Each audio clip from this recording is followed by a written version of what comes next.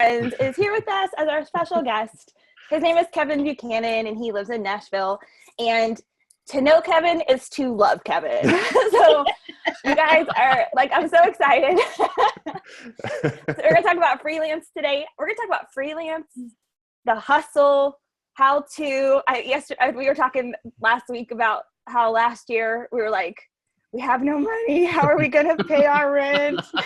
Next year will be different. And so we're going to talk about like the hustle is hard, but there are ways to get yourself out of a hole. So anyway, Kevin, do you want to, well, there's my mom, Johnny, best-selling fiction author. We have got Jeannie with us in the car and our awesome guests. So Kevin, why don't you tell us a little bit more about you? And then I'm going to relinquish host duties to my mom. Oh, sure. My name's Kevin Buchanan. I feel like whenever I come on Writer's Chat, the professionalism level goes down. So. It's our combination, Kevin. It's not you guys, it's me. It's something about me. I don't do professional very well. But I do live in Nashville, Tennessee. I love Nashville so much. I've been here for 12 years. And talking about hustling and goals and dreams and stuff, about 10 months ago, I moved downtown Nashville, which has always been a big goal of mine, to live in the middle of all the craziness of downtown.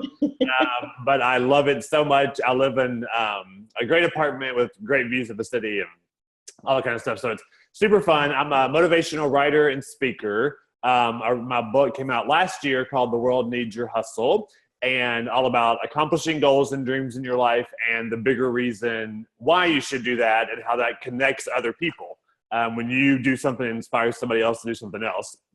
So I wrote a book about that. So I get to speak to different groups of people about that. I had a speaking gig yesterday that was super fun. And so yeah, I do writing, blogging, goal coach and stuff like that. So super fun and always super excited to be with the ladies of the Writers Chat. It's always a highlight for me. It's always fun to have you. Do you have a copy of your book handy? My copy of your book's in the other room. Yeah, let's show your book. Mine's on the shelf. Okay, good. The World Needs Your Hustle. Yes. Available on Amazon, right? It's on Amazon, yeah. Or you can go to kevinbuchanan.me is my website and have a shop set up there. Okay. Purchase it as well. So. And mugs.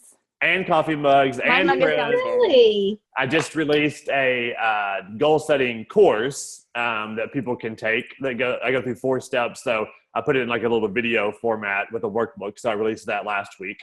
So it's fun. I like coming up with new projects and stuff. So.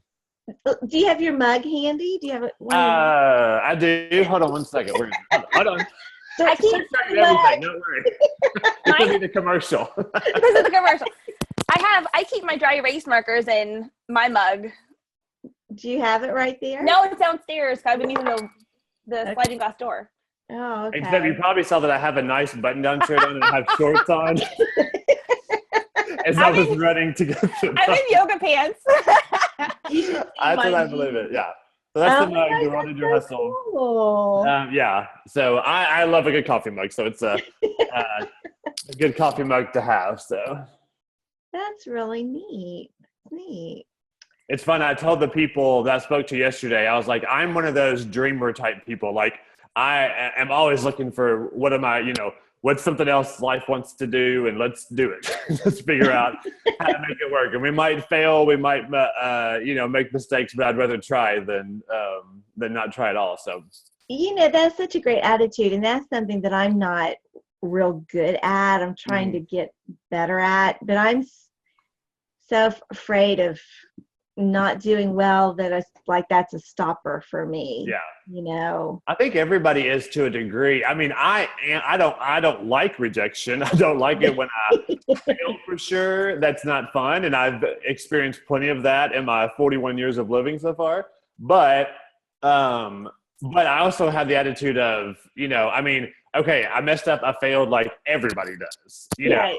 I haven't done anything that nobody else has done. And you just kind of move on and go to the next thing. So you just can't let it, define who you are and stuff. So I like what you said about I'd rather try it and fail than not try it at all. And Yeah. I mean, I can think of, numerous things, even recently, of stuff that happened in my life, good stuff that happened that never would have happened if I didn't try, if I didn't put Yeah. it out there or do something, so. So Like yeah. recently, What? Go ahead, Bet. well, recently Kevin was featured on a nationally syndicated television show. Wow. So That I was mean, a big- you need to utilize that. Like that, you know what I mean? Like, Yeah. talk about that, Kevin. So last week, or 2 weeks ago, I'm a big fan of, I watch the Today Show every morning, and the fourth hour of the Today Show is Kathy Lee and Hoda. And Hoda Kotb is seriously one of my favorite human beings on the planet. And so I love her, how she approaches life and stuff. So they do this thing called Fan of the Week every week. And so I've always seen them do it. And I was like, why have I never figured out how to apply for this? So 2 weeks ago, I went online and figured out you just have to take a selfie of you watching the show. Hello.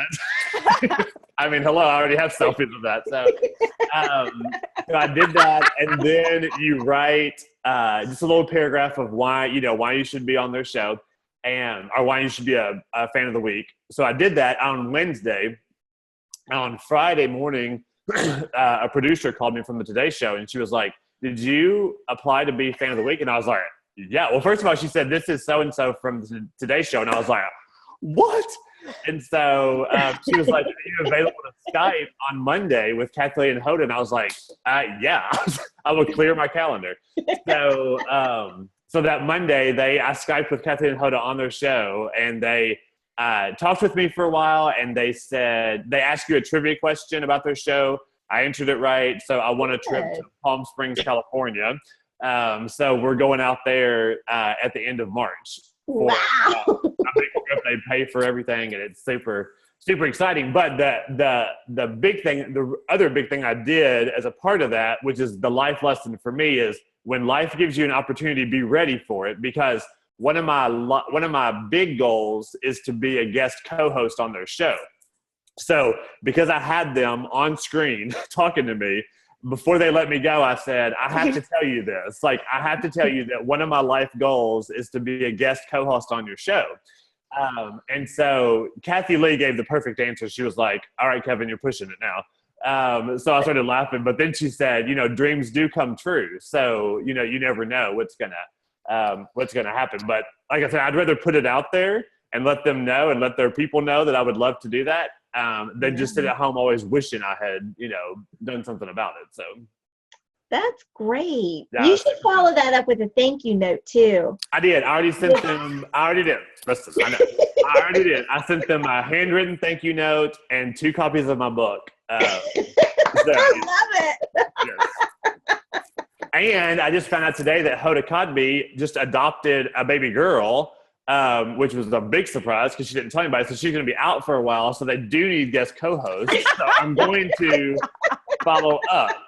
And I wanted to guest co-host with Hoda, but I'll guest co-host with Kathy Lee too. I love her. I'm going to follow up and say, hey, you're looking for guest co-host right now because she'll be out for a while. So we'll see. Cool. Okay, so it's amazing.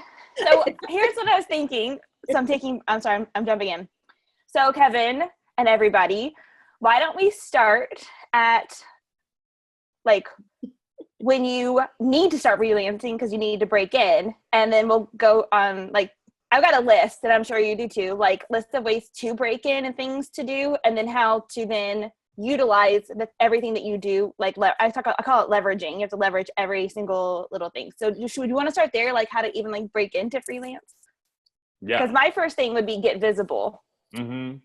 Because Periscope was a big thing for me when I was needing to start this freelance business, and then I was talking about writing and proposals and things. Well, that led to a bunch of people joining me in Serious Writer Academy beta, which was literally nothing except me doing proposals and things. And I think 75 to 80% of the people said, I saw you on Periscope. And I'm not saying you have to be on Periscope, but I think with all the video things that we have now, if you know how to do something, that you should definitely start filming that in this freelance world. And then Kevin was my Kevin, let's talk about Periscope for a second. Talk about your journey with Periscope and Periscope girl, because you can utilize this with Facebook Live too. I mean, it's grown so much. Yeah, I think so when Periscope first started, the whole idea of live streaming was, I mean, I loved that. And that it's not for everybody, but if that's a platform, like if you're comfortable with, you know, even this kind of Zoom or Blab, or I mean, any of these kind of live streams that came after that, Periscope is a fantastic way to connect with people and be, and what I loved about Periscope, people used it for different ways, but and Bethany and I were really good at this, whether we wanted to be or not. It was more like real life because it's live. So if you mess up, which we did plenty of times, people saw that, but people connect with that, you know? So I think I started using Periscope a little bit, just kind of for different things. Like, I remember it now. The very first Periscope I did, I drank wine because I had to have something, like, because I was like, I don't even know what I'm doing. So I had a glass of wine and I was just drinking wine and talking to the people that got on there. Well, that turned into wine talks. So every night with Periscope, I would get on Periscope, drink a glass of wine, and we would talk about a particular topic. And that like grew into something. It became a mini movement, because here's the thing. It's like anything, you can do anything. Like you don't have to wait to be perfect to be on there, I think is the point too. Because we would get on at 7 with Kevin for 15, 20 minutes and everyone would be like, I'm drinking water, I'm drinking a margarita. And so then all of a sudden it became like everybody's happy hour with Kevin on Periscope for a few minutes, and it built this community. And Renee, who I don't know if is in here, she started Coffee Talk, which was the same thing, but in the morning. And that has a huge Facebook group now. I mean, that really has grown into this community just because she was visible. Like, and that's growing deep and strong instead of wide and shallow. Does she still do Periscope? Does she still do the Coffee Talk on Periscope? I see it in her. And Facebook Live sometimes. Yeah, maybe it may have switched to Facebook. I don't know if she does. I don't know. I do see it in her little Facebook group. She still does it pretty much every morning. Wow. I just wondered it. I mean, Periscope seemed to kind of like, wow, everyone's doing Periscope. And I know that's how you guys kind of connected and stuff. But then it may be just me that I'm no longer on the radar, but has it sort of flattened out? Well, I think it's still going for people that do it. I just don't ever get on Periscope anymore. I switched to like doing Facebook Live or something like that. But yeah, like the whole reason what are you laughing at? Matt. Oh. Sorry. You guys would be such good friends.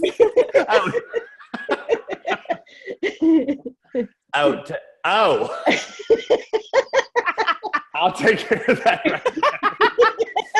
I'll keep talking for Kevin. You talking, I'm going to follow my best friend, Matt. So I agree I think the people who stayed on Periscope and they kept their followers, I think that they're doing great. And I think that's another life lesson is you'll succeed where you spend the most time. And so if you invest time in Periscope, you'll grow that platform. But think about this. Twitter kind of has a problem right now. They have a noise problem. They're having investment problems because of all like the nastiness that goes on Twitter. And Twitter owns Periscope. So when Facebook jumped in with Facebook Live, it was so easy for most of us to come back. Following. I mean, so I dropped Periscope because my audience, I was trying to pull them off of Facebook to get onto Periscope. And so Facebook Live changed that for me on my end. Yeah. But I think what I liked about Periscope was that things happened organically, because the whole reason our Periscope crawl started was because I was doing a Periscope and Bethany was watching mine. And then Bethany was like, oh, I'm going to get on after you. So I told my people that were watching, I was like, oh, let's all jump over and get on Bethany's and watch her Periscope. So we did. And then our good friend Jim Bob was like, this sounds like we should do something with this. This might turn into something. So we started this weekly show on Periscope, and it did turn into something for the longest. And we had the best time with it. We had months. Yeah, for months. And it was a great networking opportunity. It was a great connecting opportunity. And people, we had a lot of fun and people had fun. It was something different that, other people weren't doing on Periscope. So do you know what? That's the life. Okay, here's another lesson in that too, as we're talking about this. Because like I said, I'm not telling everybody to get on Periscope. You can use any platform that you're comfortable with. But I think the philosophy stays the same. So we found something that we're like, this will be fun. It wasn't too serious. But then what happened in Periscope Crawl is that we built this community. Periscope Crawl was back to back. It was Kevin started it, which was chaos. in the beginning. So everybody got on Kevin's for 5 minutes. And then at the 4:30 mark, I'm in there saying, follow me, follow me, follow me. And then I jump off, and then everyone switched over into my Periscope. You could do this with Facebook Live. Yeah. And then I had 5 minutes, and then I was telling everybody, get to the guest. So we started bringing in guests. So because the community was just so fun, and it was only about 15 to 20 minutes long every week, we started getting the notice of people who are really big in the space, like Brian Fanzo, who is huge when it comes to tech and social media. He gets invited to all the big conferences to come speak. He's really well known in that circle. Dave Shrine, who is really big with helping entrepreneurs. And that actually led to freelance work for me. He hired me to do worksheets and stuff, because I always just stay true to, like, I'm writing this book, I'm an author, this is what I can do. And I tried to keep everything focused in that niche. And so he said, I'm not as good of a writer. That's not my strength. I need to hire somebody. And so when you're putting yourself out there like that and building a fun community, people take notice. And that was an answer to prayer, but it was also a way that I saw this is a good way to get freelance opportunities, is having fun and pulling people into the fun. and the key to that is, I think the key to that is, don't go into it with that. You didn't go into it though with that intention. Your intention wasn't. Well, I mean, in the very beginning. I know, because like one time I'm in my closet because I can't get away from like the noise of the house. So I'm literally like in my closet doing this Periscope. Kevin was in the bathroom one time looking in the mirror because his phone wouldn't turn around. I mean, it was the most unprofessional, popular show that you could have on Periscope. But the thing was, like I was saying, you didn't go into it. Your intention wasn't to find work. That happened organically out of it. So I think people read that really well. We all have seen. You can tell when someone is doing something and the only intention is to get business out of it. They're not trying to connect with anyone. Exactly. So I think that you can read that a mile away. So, a lot of things that have happened for me, a lot of things that happened for Bethany, was just because we were just being ourselves and doing what we love to do. And then people connect with that much better. So. See, Andrea, like, I love that. I do too, Andrea. And that's the fun thing too when you're doing live video. This is what I think I taught this. Oh, Matt, if I didn't say this, correct me, because you were in my class, the live streaming class at Blue Ridge. But I think people appreciate, and Kevin mentioned this earlier, they appreciate the live show. So when my kids one time ran through my house, like, and tackled each other in the background, that became the highlight. Like, people started sharing the video at that point. But it's because it's real. So I don't know. I think that helps a lot too, is when you're not afraid of, the kid coming in. I mean, because everybody wants to relate to real life more than, I mean, you need it. If you're building a brand and a business, something about you needs to be halfway professional. So like when I need to be professional, I try to be, but people connect with that real factor, and that, oh yeah, I'm a mom and my kids are beating each other up in the background. That's just life. Like, that's just how it is, It's how it is. People relate to that because they're like, oh yeah, the same thing happens at my house, or, whatever. So I think, so there's definitely an advantage to that. So get visible is my number one. That was number one on my list on how to start freelancing, was to get visible. Because if nobody finds you, here's the thing, people like to work with people that they like. And I read that one of Gary Vee's books recently, and I realized that one of the reasons I've stayed with a couple of companies is because I like their culture and I like the people that I work with on their team. And so there's like this loyalty there that I am hesitant to ever walk away from. And I think that's true with us as entrepreneurs and authors. People buy your books because they like you. And so you have to not be afraid to be seen. And then Kevin, we both did something too. When I was getting started, I offered 15-minute free coaching sessions. I know you did the same thing. And so that's my number two. And if you have other things, and I've got a list, so pop in whenever, but we could go there next, because that really, that was, I'll let you talk first, but that was one of the most valuable areas that I could have spent my time. I usually let people have an hour. Yeah. So, go ahead. Johnny has something to say. Go ahead. Okay. Well, I don't want to get you off that topic, but I think kind of just backing up to what does it mean to freelance, and how do you even decide? So I think Kevin needs to go ahead while we're talking about this and give that experience. But then just like I'm sitting here as a writer and I think, oh, I should freelance because I need to make some more money. It's like, what you're saying is good, but don't I need to sort of figure out what I want to write about first, maybe, or not? So why don't we go back to Kevin, and then That's a good question.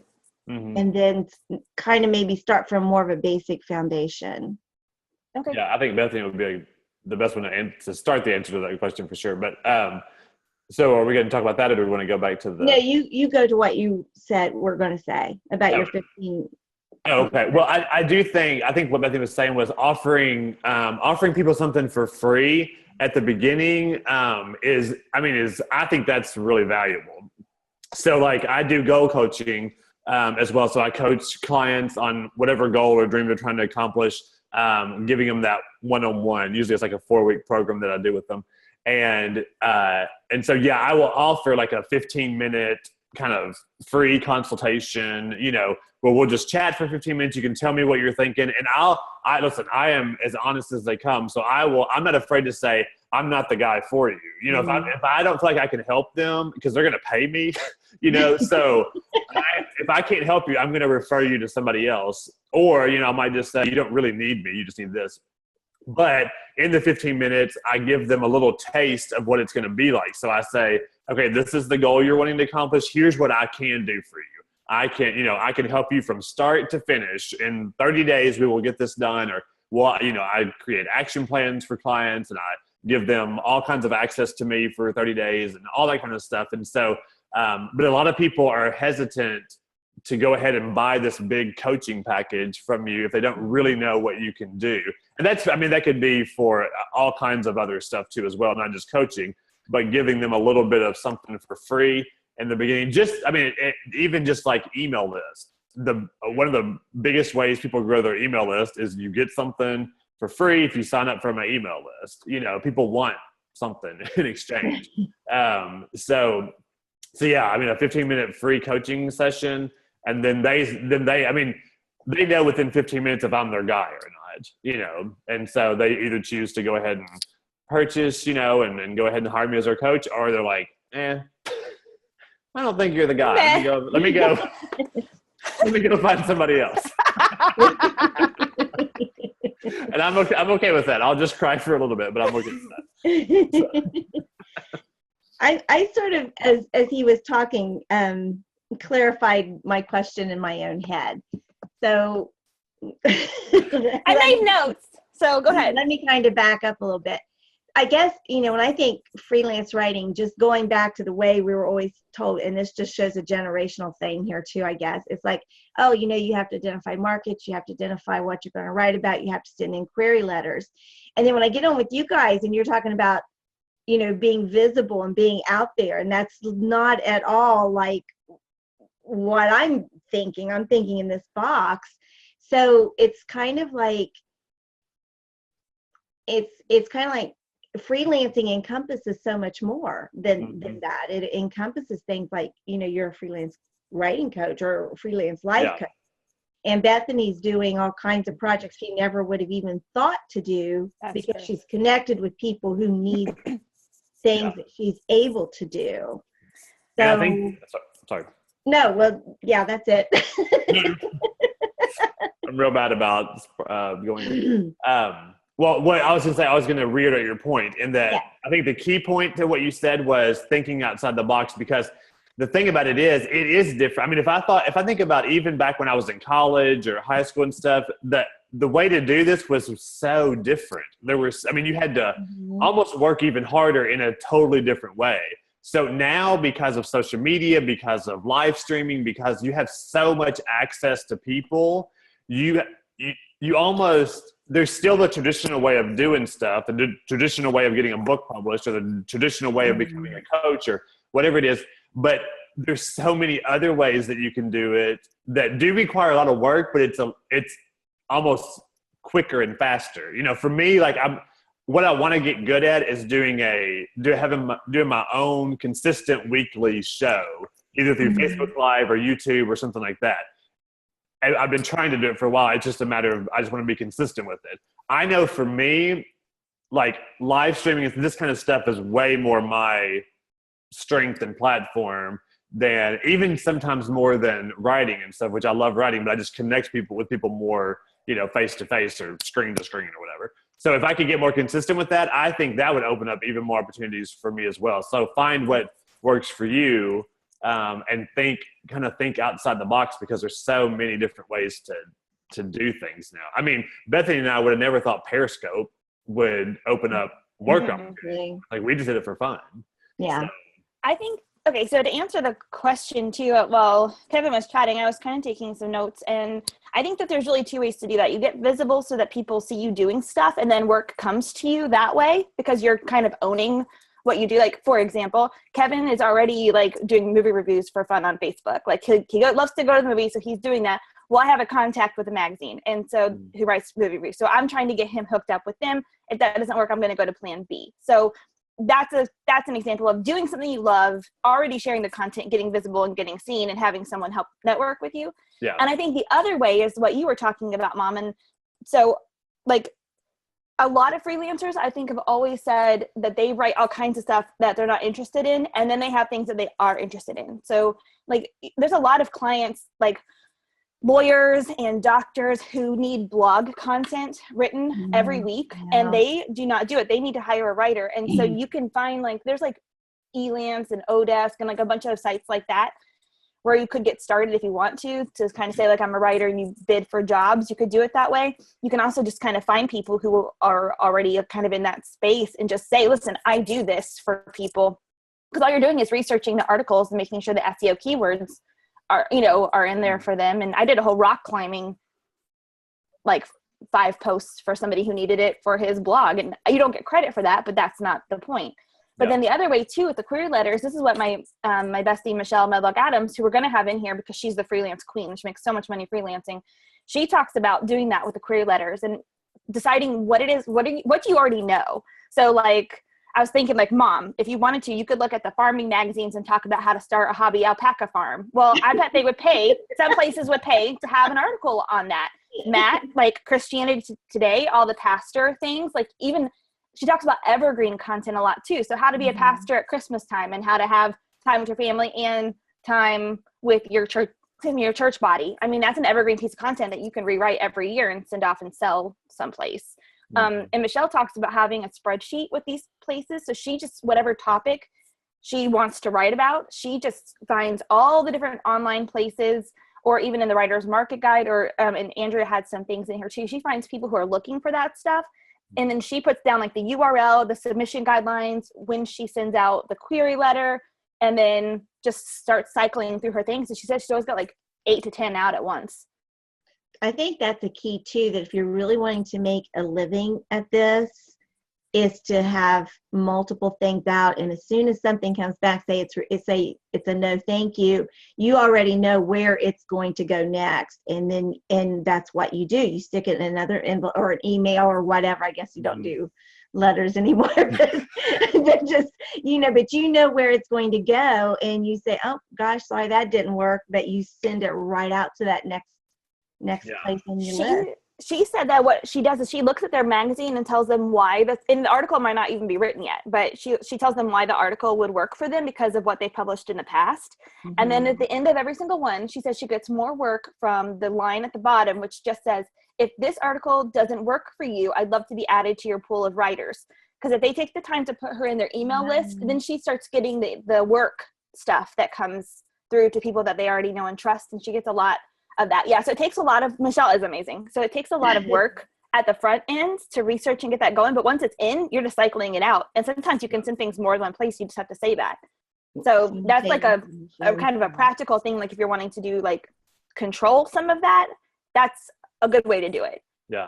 But I know how to write proposals. So that's what I did. I offered free 15-minute consultations for nonfiction people. Yeah. And look at Robin's comment. And I think that's, that's so true. She said, I thought freelancing wouldn't be for me, but this is totally different than what I thought it was. So it is almost like, what do you know? Like Bethany knows how to write proposals. So she's teaching others. Kevin knows how to hustle. She's teaching others how to hustle. Yeah. And can I piggyback off of something that Andrea said? Of course. She said, talking about letting everyone in all caps know what you're doing. This happened to me. I had a speaking gig yesterday because every once in a while, I don't do this as much anymore, but every once in a while I drive for Uber. I mean, extra money is always good. So I'm always multiple streams of income as a freelancer is very, very good. So that's one reason I do it. But another reason I do it is because, I mean, working from home, I'm kind of to myself a lot. So if I get out and drive for Uber for a couple hours, I'm with people and I, get to talk to people and listen to their stories. Well, back in January, I had this couple that I picked up at a hockey game here in Nashville and took them home. We had this great conversation. Every Uber rider always says, do you drive full time or do you have another job? So I was like, no, I just do this part time. I'm a writer and a speaker. And I told them about my book. Well, we had this, it was a great conversation. They were a nice couple and that was it. I dropped them off, didn't think anything else about it. Well, 2 weeks later, I get an email from this lady at their church and she said, hey, two members of our church were your Uber passengers ago, and they told me that you wrote a book. We have a book club at our church every month. Would you come and speak for the book club? And I was like, yes, I would absolutely love to. And so, of course, I love any opportunity to speak to people, but I love how it came about. I mean, it was letting anybody know that will listen to me that I do.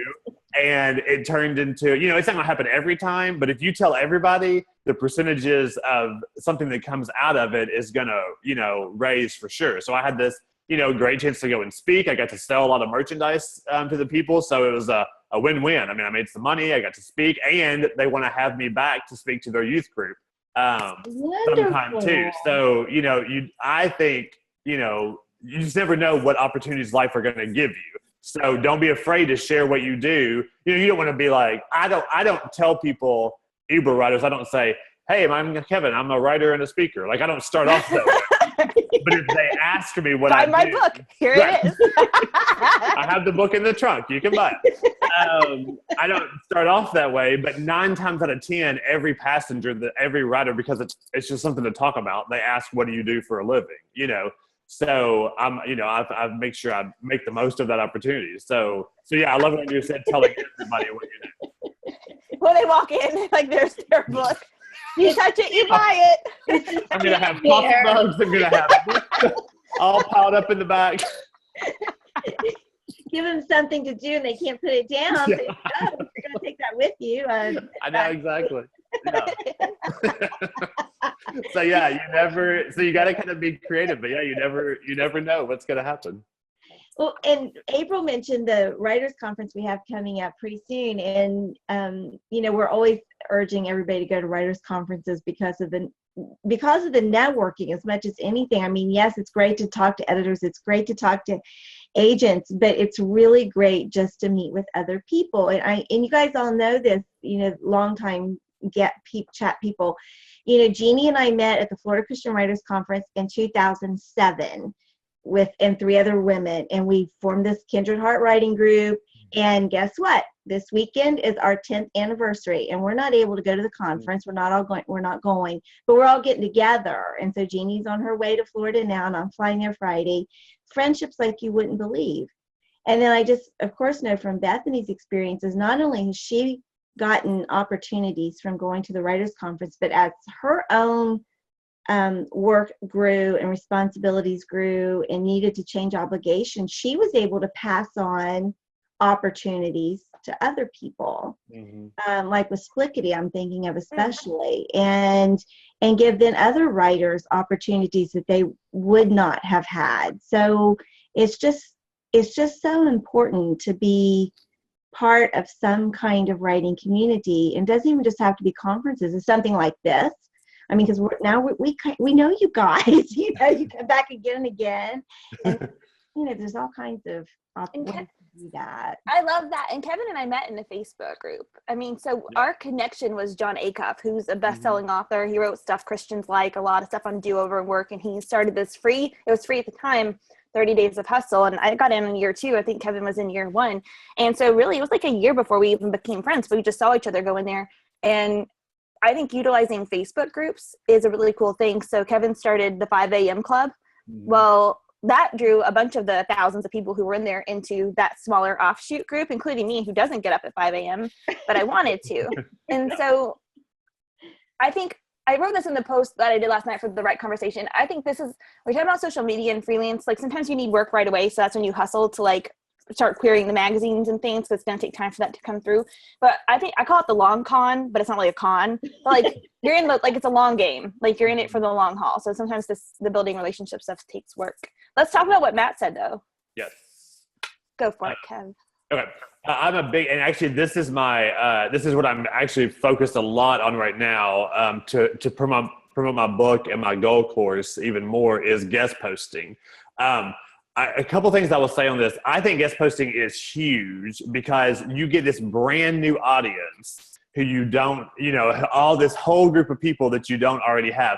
Even if the blogger has 100 followers or 100,000 followers, most of the time it's this brand new audience. And as a freelancer, any kind of person building a brand, to grow your audience is key. So you're always trying to, figure out different ways to build your audience. So I've guest posted for people all the time, and have seen a lot of good results from it.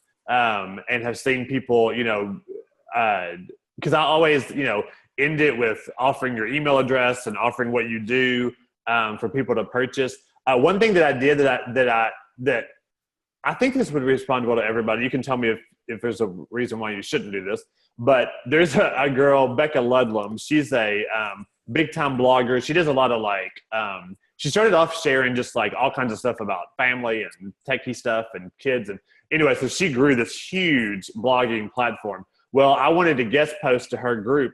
And so I actually went ahead and wrote the post and sent it to her and said, hey, do you have an opening for a guest post? If you do, to keep from having to email back and forth, I've already written it for you. Here it is. Here's the pictures you need from me, my headshots. Here's my links, everything else, and sent it to her. And she replied immediately. It was like, I love that you already sent me everything. So I don't have to waste time on, oh yeah, I would love for you to do it. When can you, and then you're like wasting on time. I cut that time in half real quick.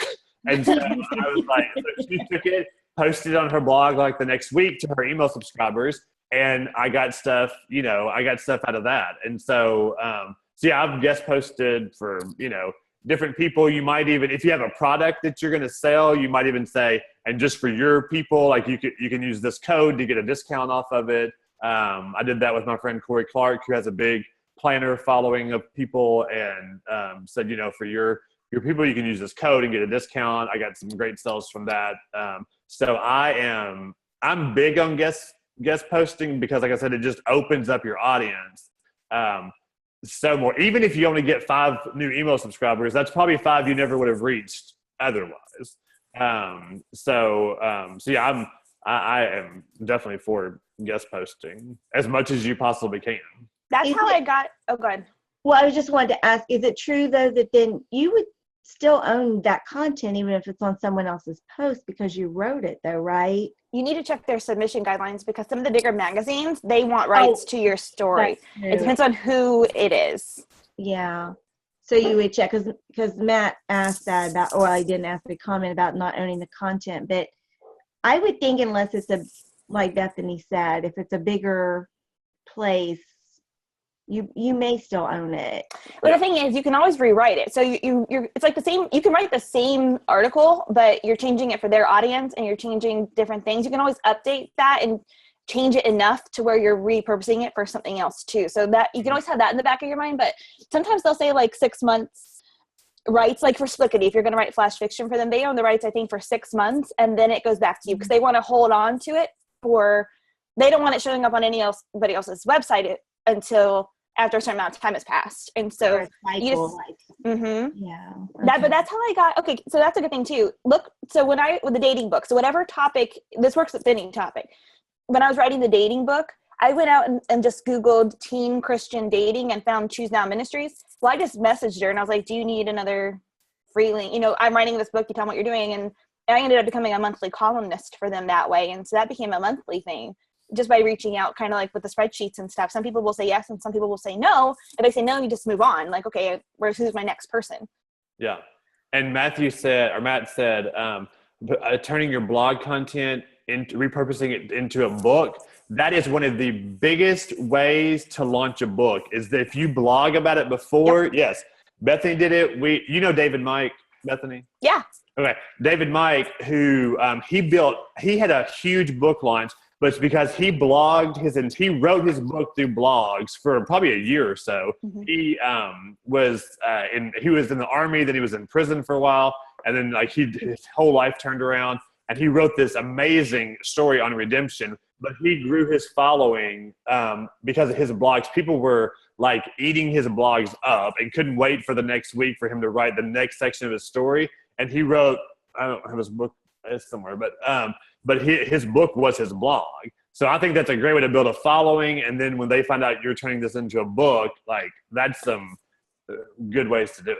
One note on that, though, he self-published. So there's no one saying that he had to change the content enough. If you're going to go traditional, you have to change but you have to do that anyway. You can't. Yeah. A blog post tone is so different than a book tone. Right. Yeah, it wasn't copy and paste on the blog to the book, but he took all the ideas of it,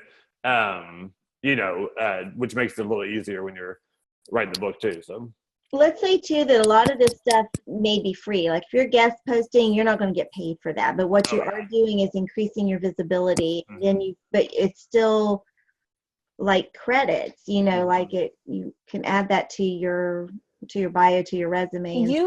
Listen, if you haven't updated your bio in 3 weeks, then you're not doing enough freelance if you want to freelance, because you should have your bio should always be changing. You're always leveraging whatever it is the next thing. As soon as she said yes, and I wrote one blog post for Choose Not Ministries, it was monthly columnist, Choose Not Ministries in the bio. And then when someone else gave up her spot and I took it, double featured monthly column. You need to just leverage every single thing at first, especially if it's for free. Because then when your bio looks impressive, people you're a writer, you do this. And then another place too, during the whole, God, please send me work.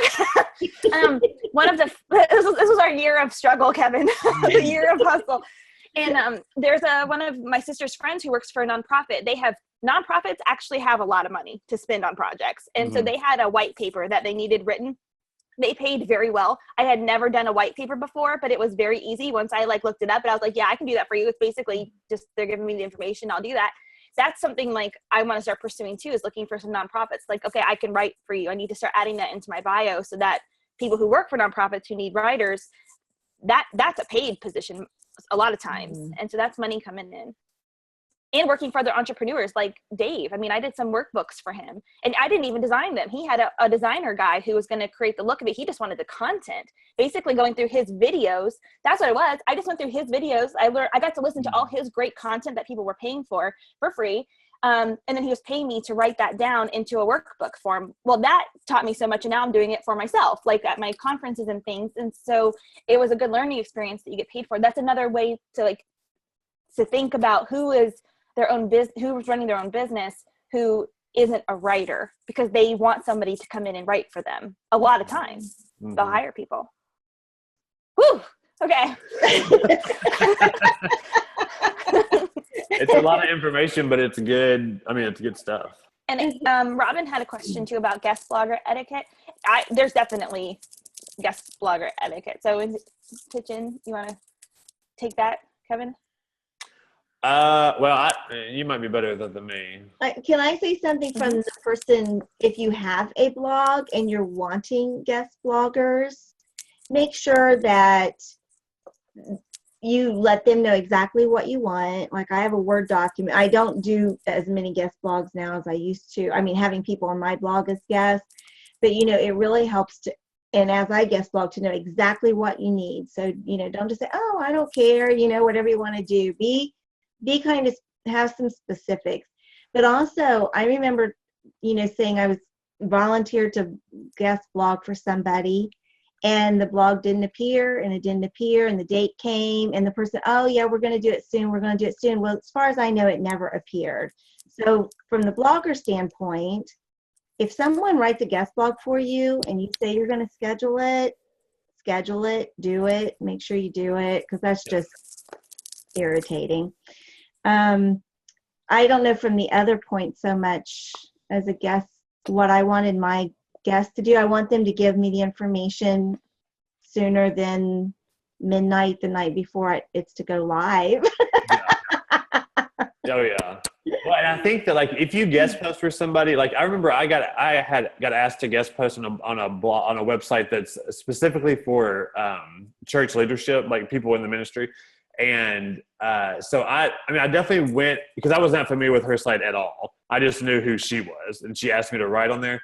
So I mean, I definitely went on her site and read posts that she had done to try to get some kind of feel for her audience, because you want your guest post to be you, but you want it, I mean, you definitely want to cater to that audience, because if they're not connecting with it, then they don't give two craps about who you are. So, so you want to kind of figure out their audience, and you don't want, again, if you write a guest post with the specific intention of trying to get business out of it, people are going to read that. If all I'm mentioning is, oh, and this in my book that's $14.99, if that's every other sentence, they're going to stop reading that. So, you want to word your blog in a way that it kind of gets them hungry to go to your site. It's kind of a teaser, maybe to get over to your site or to want to read your book more or something like that. But you don't want the tone of the post to be sell, sell, sell, sell, sell.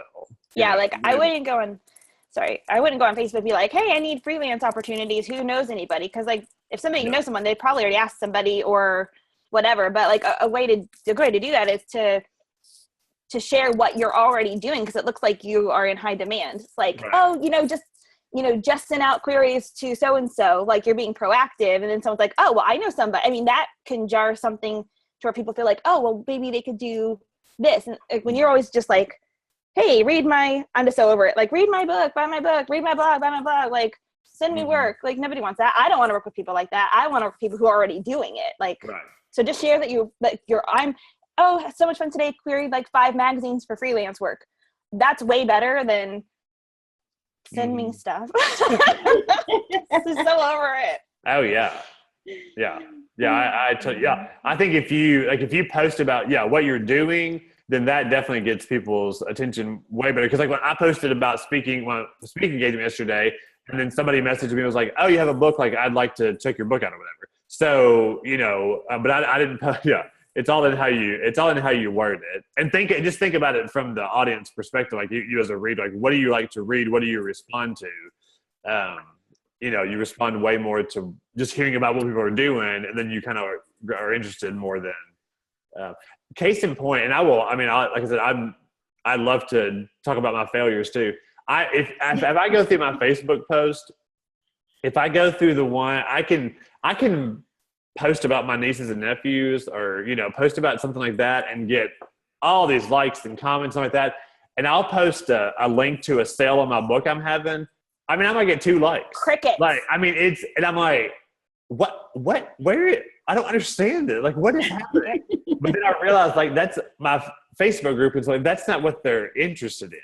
But when I've posted about something indirectly about my book, it's indirectly being used, then there's been some more engagement with it. So, I mean, I'm saying this because I've learned it, because I've tried it every kind of way and seen that people don't respond to just a flat out ad about your book. We have talked about this so much too, because I experiment with my Facebook people, because almost everybody's on Facebook and then they choose another platform. So Facebook's sort of my primary place.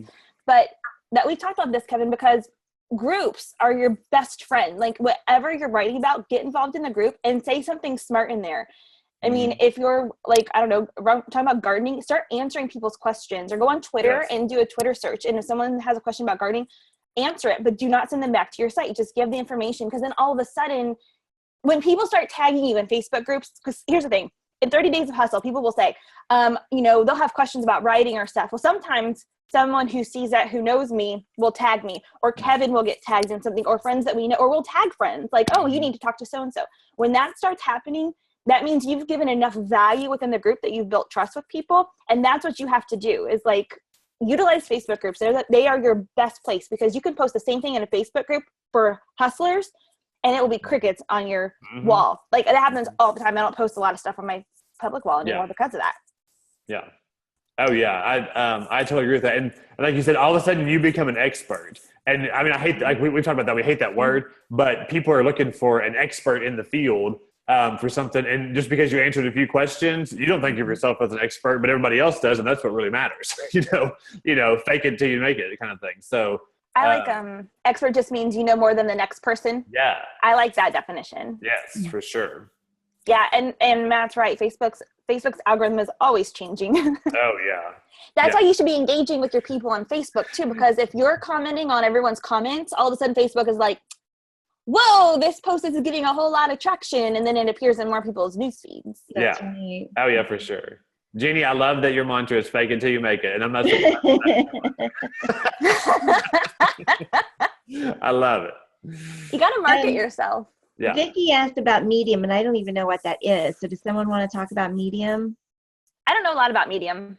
I don't either. I don't know a lot about it. I know I want to try it because I know a lot of people will, a lot of bloggers will blog on Medium. What is it? What is it? It is a big platform where I don't even know how you submit to Medium. Okay. But I know a lot of people, I've seen some bloggers, if they want to blog about something that's not really their, that's not really their, what they normally talk about, or maybe it's a little controversial or, something like that, they'll use Medium to write about something that's maybe not their target audience. And I've seen people doing stuff like that. But Medium is something on my list of platforms I'd like to write for. But I don't know how Uber. You should write a response, Kevin. Leading Uber is the least. I know, but Uber really is getting a lot of heat. A lot of bad press right these days. Well, thanks, Beth, for being able to do that. That was cool. I know, that was fun. I think another thing that you can do if you're guest blogging is give people a reason to go back to your website. So if you have a lot of good content in there, you can, in your little bio, you can have want the PDF of this post, click here, or, more tips on this over at bethanajat.com. I mean, always give people a reason to go back to your site. Yes. So you guys are all doing, I'm sorry, are you guys all doing this? I mean, I try to. Doing what? Writing for Medium. Oh, no. I want to. I haven't yet. Matt is. So Matt is, Gail is? Matt, Gail. Vicki, are you? Okay, Robin's not. Well, okay. Kevin, Mom, Vicki, everyone, Medium. Assignment. Let's figure. And Reddit. Reddit is also a big place to get seen. Yeah. Okay. It's a lot of hustle. Last time we were here, we talked a lot about hustle, Kevin. We talked about the woes of hustle. Yeah, there's some woes for sure. When you there's a lot of woes. Kevin and I have a date on our calendars of the day when, was it better this year than last year? I think it's in November. It pops up. And thankfully, it is better. It's better. We couldn't 1 get year much later. worse. But I think the thing, what I love about this, people talking about all these different platforms and stuff, is just don't be afraid to try it. You don't ever know. Try something. Maybe try Medium. Maybe it doesn't work for you. Try something else. And the thing with social media too, I mean, there's always a new thing. There's Snapchat, there's Instagram, there's, Periscope. And the thing was, we were doing really well on Periscope, but I'm also trying to simplify. I'm telling you to go after everything, but then I'm also trying to simplify things too. So you try stuff. I used to be big on Snapchat. I told everybody, get on Snapchat. I love it so much and watch me. Well, now I'm way more on Instagram Live than I am on Snapchat. Instagram stories was it was Snapchat, look how great I am. Yes. And then Instagram's boom, stories. And the I was exact so same mad feature almost. Yeah. I was so mad. I mean, if they kept it, you would see me on video saying, I hate Instagram stories. It's just a big copycat of Snapchat. I'm never going to do it. Well, now that's all I do. I don't even hardly get on Snapchat anymore. Do you see how Facebook has taken over everything? Because Facebook owns Instagram. And so Facebook Live has pulled people away from Periscope, which is owned by Twitter. And then now Instagram stories has replaced Snapchat for me too, because I can get on Instagram and do all of those things. Yeah. Okay, Kevin. Oh, Matthew. Do you have a few more minutes? Let's repeat Matt's comment real fast. Please bring Kevin back for another session. Kevin, here's your weekly show right here. You'll be our fourth. What about hustle, Kevin? Teach them how to hustle. All right, here's my 5 minutes. His book is awesome, by the way. You want to find page 139 where he talks about Stephanie. Just kidding. I do have a beautifully crafted sentence about my friend Bethany on there for stuff. Lovely. No, I think, Did she write it? No, I made him write it. Listen to that. I made him write it. Yeah, Bethany was, just so you know, Bethany was my editor for this book. And like, if you want to talk about a season of hustle, I'm gonna here's some honest, real talk. Another, like, let me shame myself. So I thought I had the book done. I thought I was done with it. So I had 5 people I wanted to endorse it, and Bethany was one of them. So I was like, Bethany, here's my book. Will you start reading it, and will you give me an endorsement? Well, she messaged me and was like, 2 a.m. It's 2 a.m. It was like 2 a.m. and she messaged me and she said, are you sure it's done? And I was like, what do you mean? And she like found all these mistakes and all this work that needed to be done. So I was like, oh gosh. So we started working on it, and I had already like started pre-selling. I'd already, promised a date it was going to be done and stuff. So, I mean, Bethany and I literally were working 24/7 from cover to cover to get my book. And I will say this honestly too, it is 1,000% better. It's a good book. Bethany got on there and helped me with it. I mean, she's a fantastic editor and all that kind of stuff. But so I mean, it's so much better. But if you want to talk about a season of hustle, that was a season of hustle. Like we had to, and I'm not a night person. It would be midnight, and I was like, "Oh my god, Bethany, I don't know what word to use. I don't know what else to say." But I will say this: talking about hustle, the thing to me, and the whole the whole reason for the book is when you have a goal and you figure out why you want to accomplish this goal, then it's going to take a lot of work. It takes a lot of hustle for sure. And for me, the word hustle simply means putting in the work to make something happen. Because for some reason, it's real trendy right now to be anti-hustle. And I don't understand that, because I'm like, you have to put in the work to make anything happen. So I think of hustle as a positive word. But when you think about why do you have a particular goal or a dream in your life, there's going to be some motivation that comes along with that. So for me, it's all about connecting the fact that whatever goal or dream you want to accomplish in life, it's not just about you. It's about how is it going to affect other people, whether they're directly affected by your results of the hustle, or if they're affected and impacted by simply watching you hustle. Like if seeing Bethany doing what she does, somebody else might be like, oh, like I've always thought about editing, or I've always thought about freelancing. Case in point, the person who commented and said, I never thought about freelancing until now. Who said that? Robin did. Listen, Kevin's book is amazing. My eyes are like ding, ding, ding, ding, ding. It is so funny. Like the opening of the book, I just crack up. Like you can hear Kevin. He does a great job of like giving you real life examples of how to do this, but it is hilarious. I was laughing the whole we just laughed the whole time when we're editing it, but it's so good. This is a book that you want on your shelf for sure. Yeah. I hate to do this, but we're past 11, we're past the hour. So I am going to thank everybody for being here, and thanks those of you who are watching the not the screenplay, the replay. I've got screenplay on my mind.